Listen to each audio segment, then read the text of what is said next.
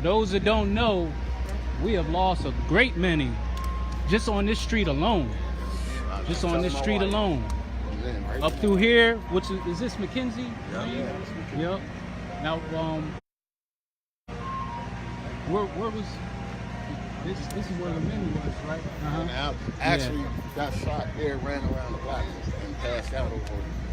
Passed away over there. So the brother I was talking about earlier, Lamin Goodman, I was telling my brother Pee Wee earlier that Lamin, who he grew up with, brother here, he used to walk me to school because I went to school. I went to Catholic school almost all my years, and me being a rebel, they put me out because I flunked religion class.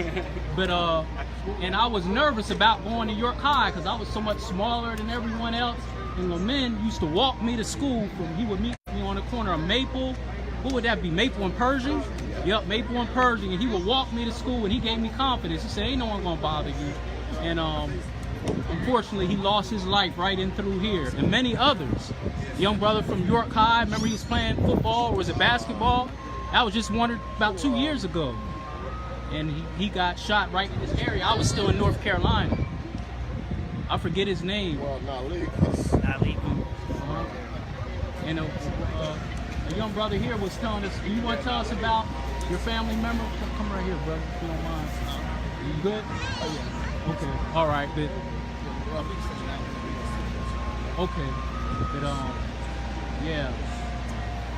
This area needs some light, to say the least. I don't know what we can do. I don't know all the problems, but it's been a problem area for a while. And our brother Quick, this is his stomping grounds. Like, what do you think it is, man, about this area here? Well, everybody know back then it was like heavily drug infested area. A lot of people from out of town. A lot of differences. Personality. You had addicts and just a lot going on. This was the Ave right here. This is what this is basically what this area raised me. Right. They call it the jungle. I used to walk through here going to Jackson. I used to walk up this way going to Hennepin. Then I went that way when I went to York High. And I remember in my early days, this is a good neighborhood. My grandfather used to sit out there, the old heads would sit in a little lot right there. There wasn't no drugs, nothing like that. You had a couple winos might fight, but there wasn't no crack on the street. It wasn't no nothing like that. This is a nice neighborhood. Everybody got along. Then mid '80s, it just got crazy. Late '80s, early '90s. Right. That's all that in reality is all the inner cities in America in the 80s and the 90s. Crack did so much damage, not just in that time, because it destroyed a whole generation of people. Right. People who at least three generations. It shut down businesses. The era before me got addicted to it. My era got addicted to selling it, and then the era behind me was the kids that grew up with not knowing their dad because their dad is from out of town. The mom don't know how to get in contact with them. The dad doing fed biz or not really being around because of the crack law. So crack, that one drug, had the user, the dealer, and then the effects of the kids that. So that was like 3 generations off of one drug. And for the people who don't know, the CA is right there. Like, it's right there. It's right there. Like, what could we do, not to put it on one people, but what could we do to encourage them to spread out and not just be in that building? I mean, it's right there. Here's the thing, that's what actually I've been doing, going around campus, going to these different places. They got businesses. Y'all made enough money in our community. Y'all ain't putting nothing back in our community. That's what tears me up. I walk through such as the CA, such as places. People say, oh, they make excuses. I said, let the kids know that youth builders about them, bro. Come to these streets where they at. Stop sitting in air conditions. Because air conditioning ain't helping nobody.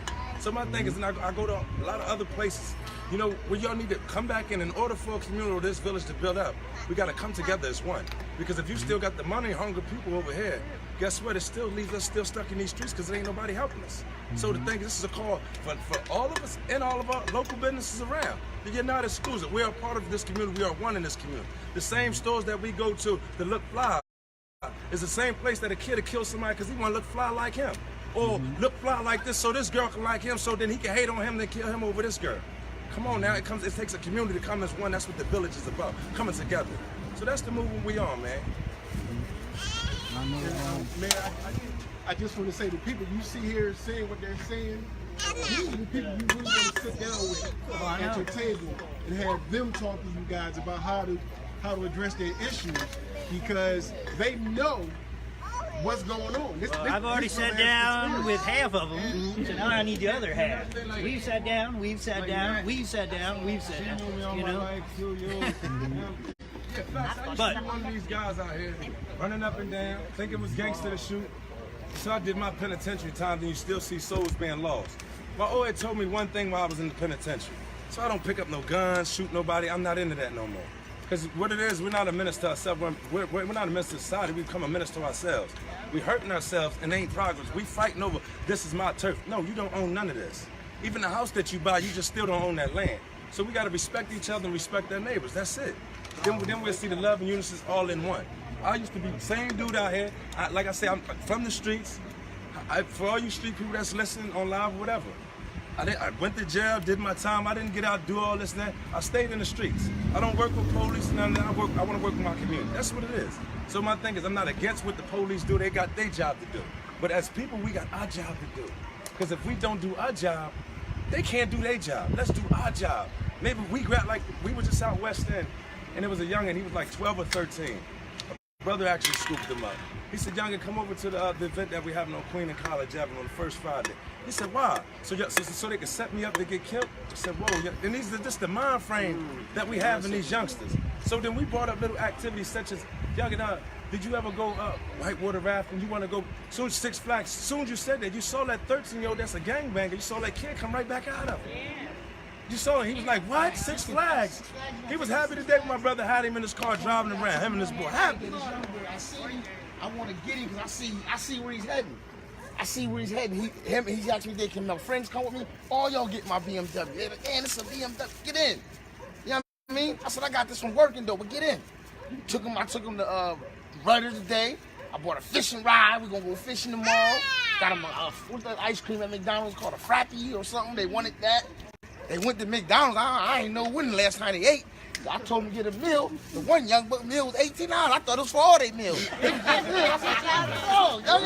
said, what you when the last time you ate? You know what I'm saying? So I had to break it back down. You can't get an $18 meal. You know what I mean? But I talked to his mother. I talked to the little guy's mother. He's out west. She said she ready to give him to the city. She can't control him. He's a good, he know how to box and all that. They from Dominican. But she can't control him. She said every time she goes to sleep, he sneaks out the house. He's out 2, 3 in the morning. He's 12 years old. He with the little wild hair. Yeah. Yeah, the little young buck. I see him, so, you know, I'm trying to take him under my wing because I don't want to see him go to jail being juvenile. He can be saved. He's still young. He can be saved. So every day he calls me. I'm picking him up, taking him for a ride.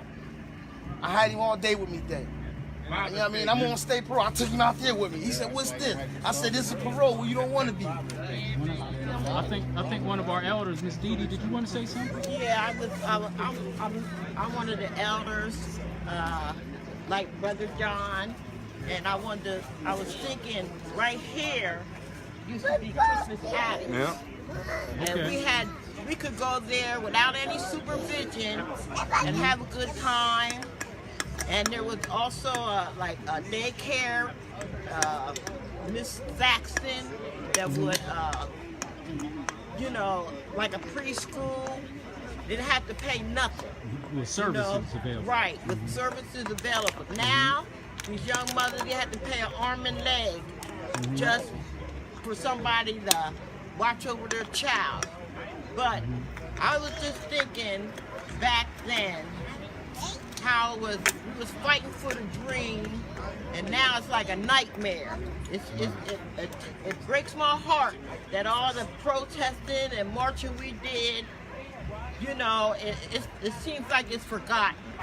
But I'm here to tell you that the only way to conquer all this hate is to show love. Right. That's the purpose. It is. where's the mayor at? Because he had mentioned this before. Mayor, real quick, could you address what we had talked about before about Ms. Dee talked about the lack of resources with the community centers, and you had brought that up before. Because like we all know what the problem is, but I want to talk about solutions. Like with the community centers, like what could we do? We're rolling out a program. It's already in place. We've kind of what we need to do is get the resources into the neighborhoods where the people are. That means we need to have activities here. You can't just say, no offense, but you can't just say everybody go to the mats, because the mats is way out on the west side, and the kids here aren't getting there, you know? And all sorts of other reasons why we don't have all the resources that we need in the neighborhoods. So what we have done is kind of used the poverty levels and the populations to cut the city up into 16 areas. And kind of artificially, but this is the way to get services delivered. And then we're putting a coordinator in, or we're asking teams, like LeQuinn has just volunteered to help us coordinate out on the west end. So even west of Salem Square, kind of between Belvedere and where York City goes across Richland, that whole area doesn't have a lot of resources. Actually, it has a lot of resources, but we're not connecting them. And so we're going to have, and sorry I'm kind of rambling through this, but we just made a deal with the York City School District that we're going to have the 7 K-8 schools available from 6 p.m. till 10 p.m. at night. So after they get their evening meal, at 6 o'clock, then we're going to still keep it open. Last year they had them open from 4 to 6:30. Now we're going to keep them open till 10. But this is just the beginning. You know, it's now all would that of us. employ people? It's going to employ a few people, but to tell you the truth, we don't have any money to do this stuff. We've got to do this stuff. The reason why we lost all our community centers, or most of the community centers, federal government cut our budget from $5 million to $1.2 million. We lost all that money like 15 years ago, and that's why there's no Princess Street Center, no Rotary Cranich Center, no Pine Street, no Jefferson. That's where. But it is open though. Parks, the summer parks. We do have some new summer parks programs, but we need stuff through the winter time, and I mean we all know whatever we've been doing isn't working. So we need to do lots. They're not open like they were.